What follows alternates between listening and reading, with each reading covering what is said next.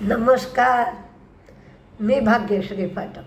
Market आणि मी हा सोप्या मराठीतून शेअर मार्केट समजावून सांगण्याचा माझा एक उपक्रम आहे.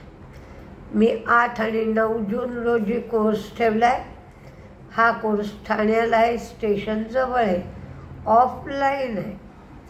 ज्याला कोणाला कोर्सची चौकशी करायची असेल त्यांच्यासाठी मोबाईल नंबर 9699615507 9699615507 या नंबरवर तुम्ही कोर्ससाठी चौकशी करू शकता. आता व्हिडिओकडे वळूया. हा जो आठवडा आहे, या आठवड्यामध्ये गोंधळ आहे, कारण हा आठवडा संपल्यानंतर एक्झिट पोल येतील आणि पुढच्या आठवड्यात निवडणुकांचे रिझल्ट येतील. त्याचबरोबर हा आठवडा एक्सपायरीचा सुद्धा आहे. त्यामुळं एक्सपायरीच्या दृष्टीने मार्केट तयारी करेल. काही बदल म्हणजे फॉरेन इन्व्हेस्टर्सची विक्रीचं प्रमाण कमी होत चाललं आहे.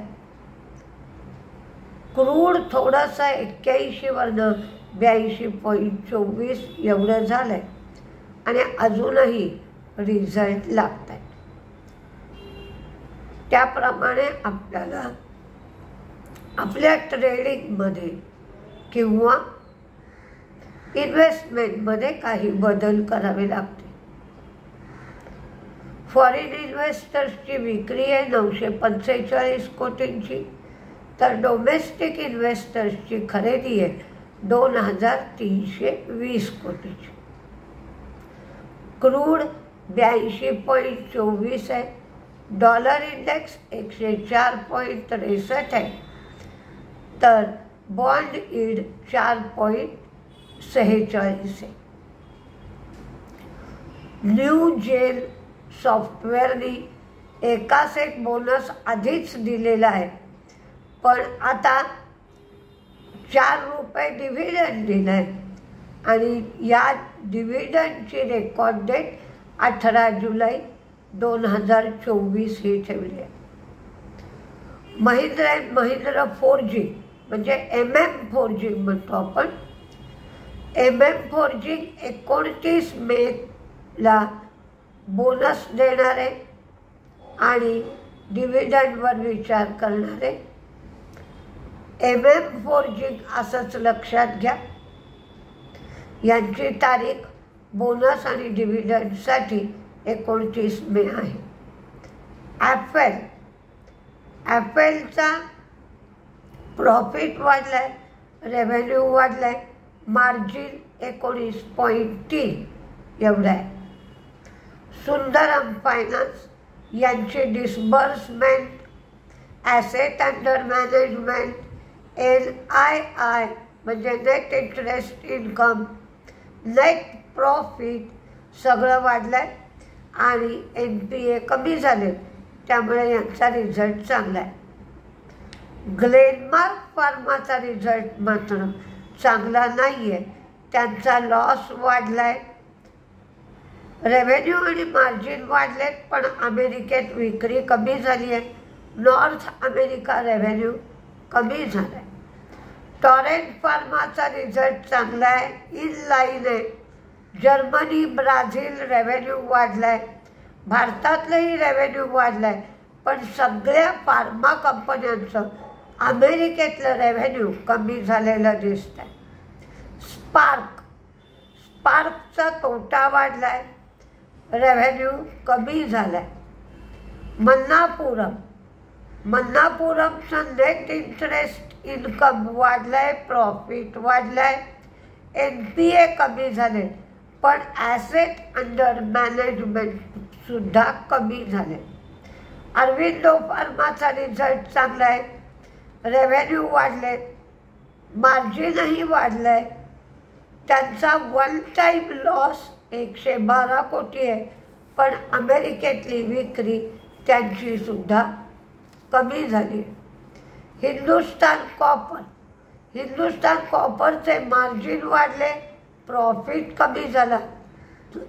अदर इन्कम त्यांचं 6% कमी झालं. DV's लॅबचा रिझल्ट चांगला आलाय, मार्जिन 30%, रेव्हेन्यू वाढलाय, प्रॉफिट वाढलाय. त्यांच्याकडे 3,200 कोटी रुपये कॅश आहे.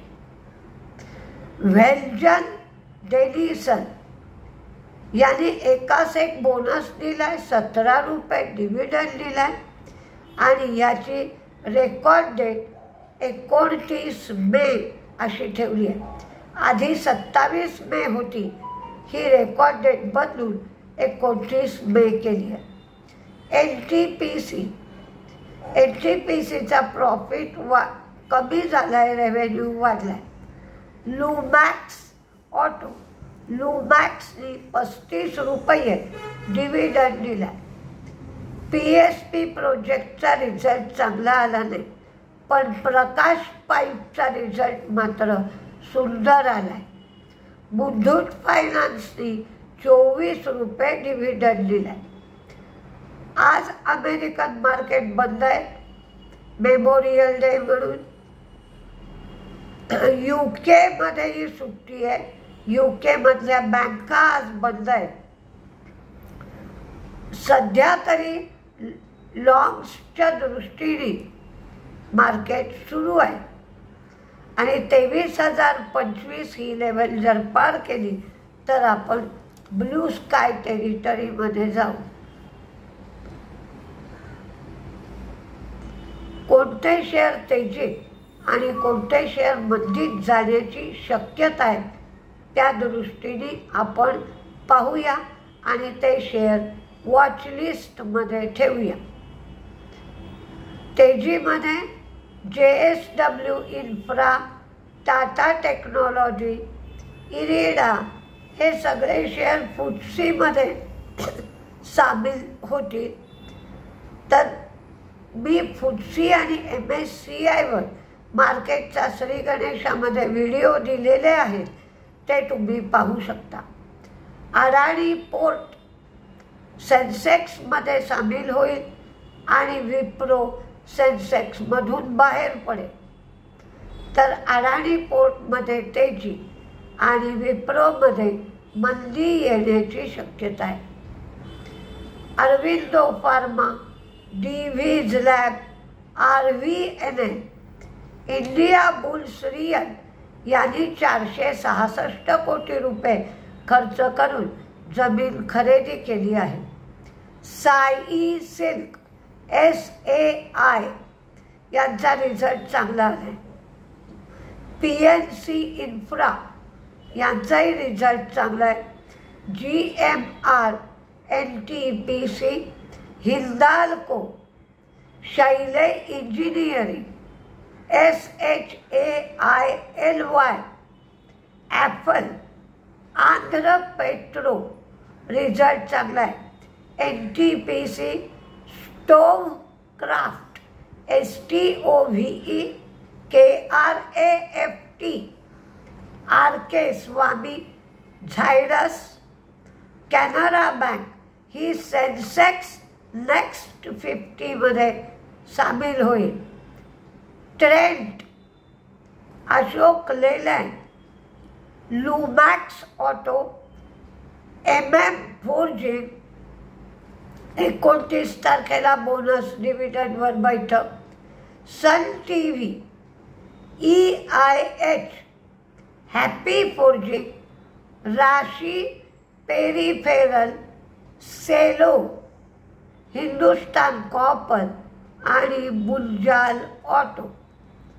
तर मंदीमध्ये स्पार्क, ग्लेनमार्क, पारस आणि नजारा हे 4 शेअर मंदीत राहण्याची शक्यता आहे. तरी पण लक्ष देऊन अगदी थोड्या प्रमाणात हे 4 दिवस मार्केट करा. 4 दिवसानंतर सगळं पिक्चर क्लिअर होईल आणि मग कोणता गव्हर्नमेंट येईल, काय धोरणं असतील या सगळ्याचा विचार करून आपल्याला मार्केटमध्ये ट्रेडिंग इन्व्हेस्टमेंट करावी लागेल. त्यामुळे हे 4 दिवस पेशन्स ठेवा आणि तुमच्या ट्रेडिंगचं प्रमाण अतिशय कमी ठेवा. जिथे जिथे तुम्हाला प्रॉफिट आहे तिथे भांडवल काढून घ्या, बाकीचे शेअर राहू द्या. भांडवल काढून घ्या, थोडंसं प्रॉफिट काढून घ्या. कारण ना माझ्या सकट माझ्यासारख्या मध्यमवर्गीय लोकांकडे पैसा थोडासा असतो आणि तो पैसा जपून वापरायचा असतो. आपल्याला तोच पैसा अनेक ठिकाणी वापरण्यासाठी नंबर लागलेले असतात. अरे इथे वापरण्यापेक्षा मला तो इथे वापरता आला असता, अशी आपली स्थिती असते. त्यामुळे प्रॉफिट काढून घ्यावा, भांडवल काढून घ्यावं आणि उरलेले शेअर निष्काळजीपणाने पोर्टफोलिओला ठेवता येतात आणि असा शांतपणे विचार करून मार्केट करता येईल. नमस्ते.